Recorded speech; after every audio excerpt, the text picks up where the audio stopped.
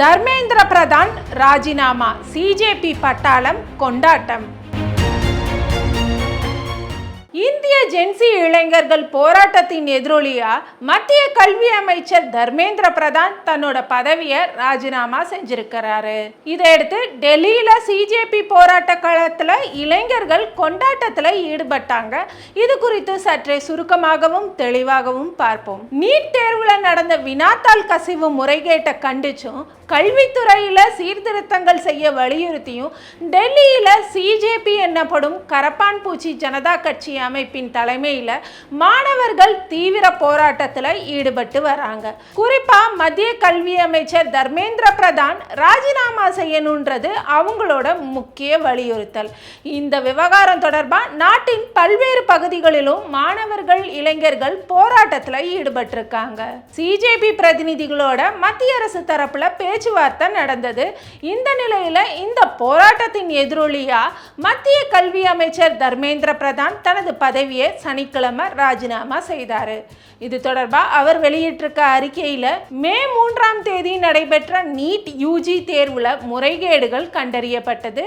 இதை கவனத்தில் கொண்டு உடனடியாக இந்திய அரசு விசாரணையை சிபிஐயிடம் ஒப்படைச்சது. தேர்வை ரத்து செய்து மறு அட்டவணையை வெளியிட்டது. அடுத்த ஆண்டு முதல் கணினி அடிப்படையிலான தேர்வு முறையில் தேர்வை நடத்தவும் முடிவு செய்யப்பட்டிருக்கு. இந்த காலகட்டத்தில் 20 லட்சத்துக்கும் மேற்பட்ட மாணவர்களுக்கான தேர்வு தடையின்றி நடைபெறுவதை உறுதி செய்கிறதே எங்களோட முன்னுரிமையாக இருந்தது. இந்த நோக்கத்துக்காக இந்திய அரசு, மாநில அரசு, மாவட்ட நிர்வாகம்னு முக்கிய பங்காற்றின. மாணவர்கள் மற்றும் பெற்றோர்களின் ஒத்துழைப்போடு ஜூன் 21, 2026 அன்று நீட் மறுதேர்வும் நடந்தது. முதல் நாள்ல இருந்தே இதற்கான பொறுப்பை நான் ஏற்றுக்கொண்டேன்.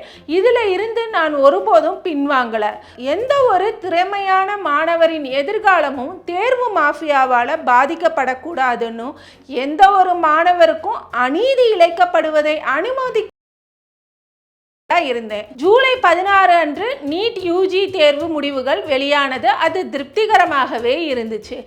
ஏழ்மையான பின்னணியை சேர்ந்த பல திறமையான மாணவர்கள் வெற்றி பெற்றிருக்கிறாங்க. இருந்தாலும் பொறுப்புள்ள பதவிகளில் இருந்த சில தனிநபர்கள் பல மாணவர்களை தவறாக வழிநடத்த முயன்றாங்க. இது எனக்கு மிகுந்த மன உளைச்சலை ஏற்படுத்திச்சு. நாட்டின் இளைஞர்கள் மாயைகளின் தீய வட்டத்துக்குள்ள விழறத நான் அனுமதிக்க மாட்டேன். ஜந்தர் மந்தரிலும் நாடு முழுவதிலும் ஏற்பட்டுள்ள சூழ்நிலையை தேச விரோத சக்திகள் தங்களோட ஆதாயத்துக்காக பயன்படுத்துவதையும் நான் அனுமதிக்க மாட்டேன். இந்தியாவில் ஒரு மாணவரின் எதிர்காலம் கூட சட்ட சிக்கல்களை சிக்கிடக்கூடாது. நமது பிள்ளைகள் தங்கள் நேரத்தை படிப்பதற்கு அர்ப்பணிச்சு தங்களோட தொழில் வாழ்க்கையை உருவாக்குவதில் கவனம் செலுத்தணும். இதை மனசுல எடுத்துட்டு எனது ராஜினாமாவை பிரதமருக்கு அனுப்பியிருக்கேன்னு தர்மேந்திர பிரதான் சொல்லி இருக்கிறாரு. அவரது ராஜினாமாவை தொடர்ந்து டெல்லி ஜந்தர் மந்தர்ல போராட்டத்தில் ஈடுபட்டு வரும் இளைஞர்கள் கொண்டாட்டத்தில் ஈடுபட்டு இருக்கிறாங்க. இது அமைதிக்கும் பொறுமைக்கும் கிடைத்த வெற்றி. ஜென்சி பட்டாளத்துக்கு வாழ்த்துக்கள்னு 26 நாட்கள் உண்ணாவிரதம் போராட்டம் இருந்த சமூக செயற்பாட்டாளர் சோனம் வாங்சுக் குறிப்பிட்டிருக்கிறாரு. தர்மேந்திர பிரதான் ராஜினாமாவை அடுத்து டெல்லி ஜந்தர் மந்தர்ல போராட்டத்தில் ஈடுபட்டிருக்க மாணவர்கள் இளைஞர்கள் ஆரவாரத்துடன் அதை வரவேற்கிறாங்க. ஒருவருக்கு தங்கள் மகிழ்ச்சியை இசைத்தும் பாடல்களை இசைத்தும் நடனமாடியும் கொண்டாட்டத்தில் ஈடுபட்டாங்க. தர்மேந்திர பிரதான் ராஜினாமா குறித்து பேசிய சிஜேபி நிறுவனர் அபிஜித் தீப்கே என்ன சொல்லி இருக்கிறார்னா, நாம் சாதிச்சிட்டோம், தர்மேந்திர பிரதான் ராஜினாமா செஞ்சிட்டாரு. நீங்க அச்சப்படாட்டி அரசின் முன்பாக தலை குனியாட்டி எவரையும் ராஜினாமா செய்ய வைக்க முடியுன்றது நிரூபணமாகி இருக்கு. இது மாணவர்களுக்கு கிடைச்ச வெற்றி, அமைதியான போராட்டத்துக்கும் கிடைச்ச வெற்றி. அமைதியான முறையில் போராடினா அது வீணாகாது. கரப்பான் பூச்சிகள் வெற்றி பெற்று விட்டாங்க, ஜனநாயகம் வெற்றி பெற்று விட்டதுன்னு சொல்லி இருக்கிறாரு.